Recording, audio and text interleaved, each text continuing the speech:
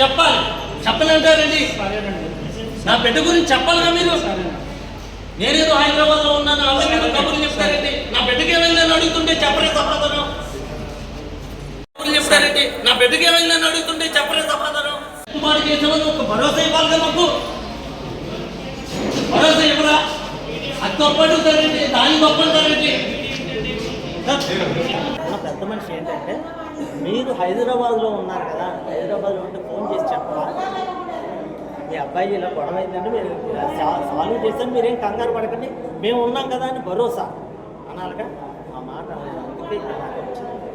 ఆ ఒక్క మాట అని ఉంటే నాకు ఫోన్లోనే సరిపోయాను. లేదు ఓకే, ఇంకా డిస్కషన్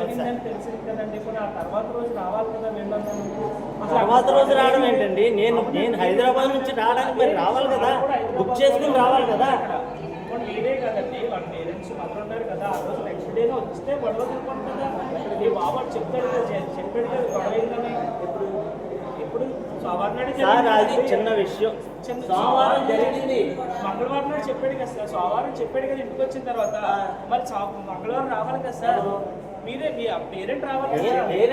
నేను హైదరాబాద్ లో ఉన్నాను, మీరు ఎందుకు చెప్తున్నారు అబద్ధం? నేను హైదరాబాద్ లో ఉంటే ఫోన్ చేసి చెప్పడానికి ఏమైందో అడుగుతున్నాను. నేను హైదరాబాద్ లో ఉన్నాను, నన్ను ఎలా అడుగుతున్నారు? నన్ను అడుగుతుంది ఏంటంటే 15 మందిని పేరెంట్ని పిలిపించమంటారు. ఒక్కొక్కరు ఒక్కొక్క కారణం చెప్పారు నాకు. ర్యాగింగ్ టైంలోకి వచ్చిందండి పిల్లలు, అప్పటి వరకు నాకు ఇన్ఫర్మేషన్ ఏ స్టూడెంట్ ఇవ్వలేదు. ఇదేంటండి నేను ఏదో తప్పు చేసినట్టు మాట్లాడుతున్నారు, నాకు అర్థం కావట్లేదు. నేనేదో తప్పు చేసినట్టు చెప్తున్నారు. నేను మిస్టేక్ చేస్తానా దీంట్లోనూ? మరి మిస్టేక్ అయితే ఎందుకు తగ్గుతానండి? మిస్టేక్ కాదని అంటారంటే మళ్ళీ బాగా చెప్తున్నాను, మీకు అదే చెప్తున్నాను. నాకు చెప్పలేదు మీరు పేరెంట్ గా, నేను ఏమైపోతుంది, నా బిడ్డ ఏమైపోతాడు, నాకు ఫోన్ చేసి చెప్పుకోవాలిగా, చెప్పాలిగా. నా బిడ్డ గురించి నువ్వు చెప్పాలా వద్దా? మీరు చెప్పాలా వద్దా? మీరు చెప్పాలి. చెప్పలేంటారండి? నా బిడ్డ గురించి చెప్పాలిగా మీరు.